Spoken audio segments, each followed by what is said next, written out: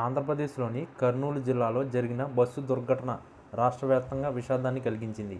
హైదరాబాద్ బెంగళూరు హైవేలో చిన్నకెత్తూరు సమీపంలో అక్టోబర్ 24న జరిగిన ఈ ప్రమాదంలో 19 మంది ప్రయాణికులు కలివేసి మరణించారు.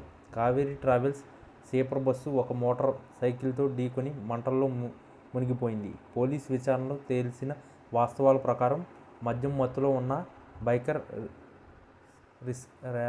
ర్యాష్గా డ్రైవింగ్ చేస్తూ బస్సును తాకడమే ప్రమాదం కారణం. బస్సు డ్రైవర్ కూడా తప్పుడు 10వ తరగతి సర్టిఫికేట్తో లైసెన్స్ పొందినట్లు తెలిసింది. 21 మంది బాధితులు తప్పించుకున్నారు. కానీ ఈ దుర్ఘటన రోడ్డు బాధ్యత లోపాలను ముందుంచింది. ఈ దుర్ఘటన తర్వాత వైఎస్ఆర్ కాంగ్రెస్ పార్టీ, వైసీపీ నాయకులు సోషల్ మీడియాలో తప్పుడు సమాచారాన్ని వ్యాప్తి చేశారు. వారు ఈ ప్రమాదాన్ని బెల్ట్ షాపులు, కల్తీ మద్యం అమ్మకాలతో ముడిపెట్టి కూటమి ప్రభుత్వాన్ని ఆరోపణలకు గురి చేశారు. పార్టీ అధికారిక మాట్లాడితే ఆర్కే శ్యామల సహా 27 మంది నాయకులు ఈ తప్పుడు ప్రచారంలో పాల్పంచుకున్నారు.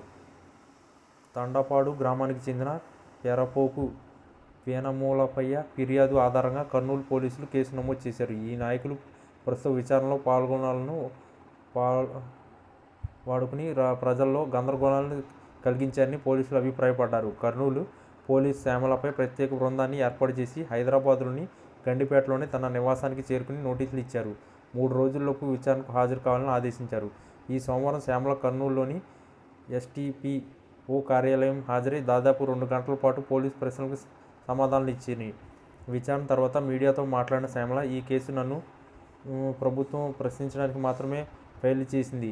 19 మరణాలకు కారణాలు తెలుసుకోవడానికి ప్రభుత్వాన్ని విమర్శించడం వల్లే ఇది. హైవేలో సమీపంలో బెల్ట్ షాపులు ఉండడం వల్లే ఈ మద్యం మత్తులో బైకర్ ప్రమాదానికి కారణమైంది అని అన్నారు. ఈ చర్యలు తమ మౌనానికి కారణం కాదని, మరిన్ని కేసులు ఫైళ్లు చేసిన విమర్శలు కొనసాగుతాయని హెచ్చరించారు. మాజీ ఎమ్మెల్యే ఎస్వి మోహన్ రెడ్డి సహా పార్టీ నాయకులు ఆమెతో పాటు హాజరయ్యారు. ఈ ఘటన రాజకీయంగా వైసీపీకి తీవ్ర పరిణామాలు తీసుకొస్తుంది. ప్రభుత్వం ఈ తప్పుడు ప్రచారాన్ని ఫేక్ న్యూస్గా గుర్తించి భవిష్యత్తులో కఠిన చర్యలు తీసుకుంటామని సూచించింది. పోలీసులు మిగిలిన 26 మంది నాయకులపై కూడా విచారణ జరుగుతున్నారు. ఈ దుర్ఘటన రోడ్డు దుర్ఘటనగా నిర్వచనీయంగా తగ్గించాలని, మద్యం నియంత్రణలు బలోపేతం చేయాలని ప్రజలు డిమాండ్ చేస్తున్నారు. వైసీపీ ఈ విషయంలో తమ విమర్శలు నిజాల ఆధారంగా ఉండాలని పార్టీ లోపల నుంచి సూచనలు వస్తున్నాయి. ఈ వివాదం రాజకీయ వేదికల్లో మరింత ఉధృత సృష్టించవచ్చు.